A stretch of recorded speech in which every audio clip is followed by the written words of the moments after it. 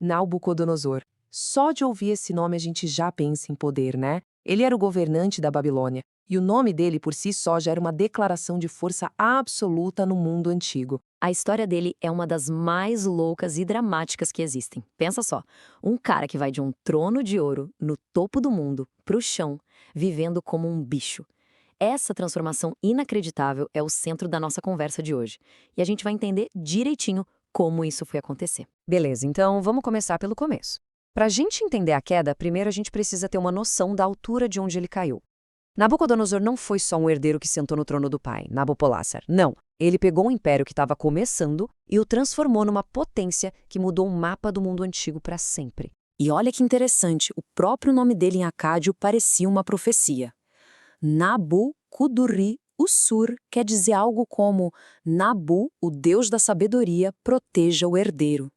Era um nome que pedia proteção divina para um homem que logo ia começar a se achar um próprio deus. E ele não perdeu tempo, viu? Essa linha do tempo aqui mostra o quão rápido ele subiu.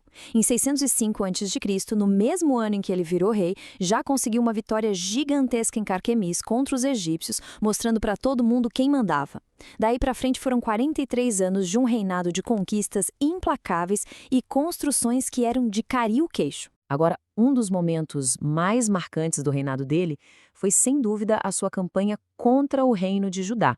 Aquela nação pequena, mas bem teimosa, virou um alvo estratégico e o grande exemplo da política dele de tolerância zero com qualquer tipo de rebelião. E essa conquista não foi de uma vez só. Em 597 a.C., ele cercou Jerusalém e levou embora toda a elite. Mas o povo continuou se rebelando. Então, em 586, ele voltou. E voltou com tudo. A cidade foi para o chão, o famoso Templo de Salomão virou cinzas e milhares de judeus foram levados como prisioneiros. Era o começo do que a gente conhece como o exílio babilônico. Como os inimigos dominados, Nabucodonosor finalmente pôde focar em casa. Ele não queria que a Babilônia fosse só a capital de um império. Não, ele queria que ela fosse o centro do universo, um monumento vivo à sua própria glória. Essa ambição toda se tornou real em coisas como o portão de Ishtar. Tenta imaginar isso. Uma muralha gigante de tijolos azuis, super brilhantes, cheia de desenhos de leões e dragões. Aquilo não era só um portão, era um recado. Um recado bem claro para quem chegasse. Você está entrando no centro do mundo, no domínio do homem mais poderoso da Terra. E claro, tem a lenda dos Jardins Suspensos, né? Uma das 7 maravilhas do mundo antigo. Apesar dos historiadores discutirem se eles realmente existiram desse jeito na Babilônia, a história por trás é fantástica. Um paraíso verde, suspenso no ar, construído para a esposa dele, que sentia falta das montanhas de onde veio.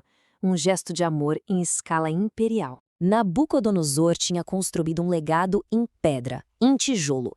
Ele era o cara, o conquistador, o construtor. Só que, enquanto ele admirava aquela cidade perfeita, uma coisa estranha começou a incomodá-lo. Uma inquietação que vinha dos sonhos dele. E é exatamente aqui que a história dá uma virada de 180 graus. E a gente entra no que está escrito no livro de Daniel, na Bíblia. É a história do confronto entre o orgulho gigantesco de um rei e um poder que, bom, ele simplesmente não podia controlar. Tudo começou com um pesadelo. Uma estátua enorme, com a cabeça de ouro, mas o resto do corpo era feito de materiais cada vez mais fracos. Nenhum dos sábios dele conseguiu decifrar o sonho, até que um jovem exilado, Daniel, apareceu. Ele disse: "A cabeça de ouro é você, Nabucodonosor, e seu império. Mas depois de você, outros reinos virão.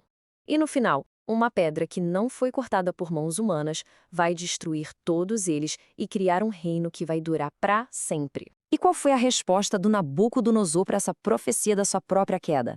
Arrogância pura. Ele mandou construir a própria estátua dele, inteirinha de ouro, com quase 40 metros de altura, e decretou: quando a música tocar, todo mundo se ajoelha. E quem desobedecesse, a punição era simples e terrível: ser jogado numa fornalha em chamas. Só que 3 homens, amigos de Daniel, se recusaram a se curvar.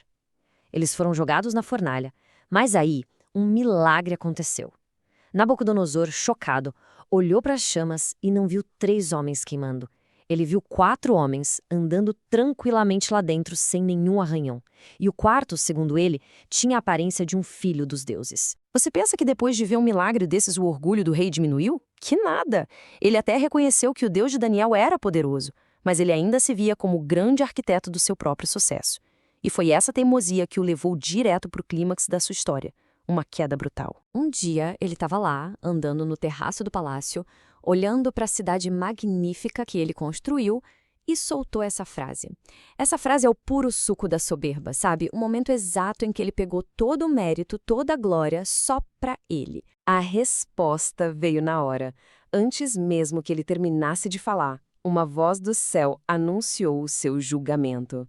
Naquele exato momento, o poder que ele tanto amava foi simplesmente arrancado dele. O que veio depois foi a humilhação total. O homem mais poderoso do mundo foi expulso do palácio. A mente dele se quebrou.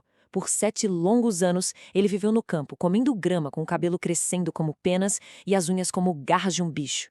Ele perdeu absolutamente tudo, até que, finalmente, ele olhou para cima. E quando esses 7 anos terminaram, a sanidade dele voltou. Só que ele não era mais o mesmo homem. Nabucodonosor voltou para o seu trono, sim, mas com uma visão de mundo completamente diferente.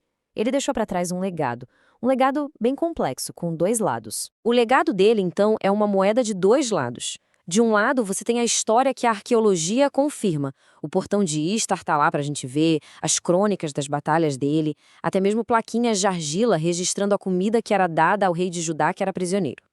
Do outro lado, tem o legado teológico, que é poderosíssimo, uma lição eterna sobre o perigo do orgulho, sobre um poder maior que governa a história e sobre a chance de redenção. No final das contas, a história de Nabucodonosor, esse rei que construiu maravilhas e que ousou desafiar os céus, nos faz parar para pensar.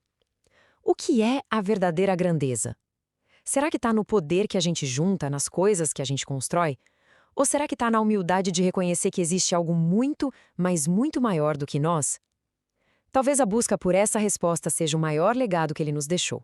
Você é professor da EBD? Venha ser membro do canal Descomplicando a Teologia. Toda semana os membros recebem subsídios teológicos, slides, explicação por escrito, dinâmica digitada, plano de aula, videochamada, leitura diária, atividade online e em PDF, mapa mental, grupo VIP, ideias para o encerramento do trimestre e apresentações, simulados, certificados, WhatsApp 73 98141 8544. Pastor Giovanni Santos.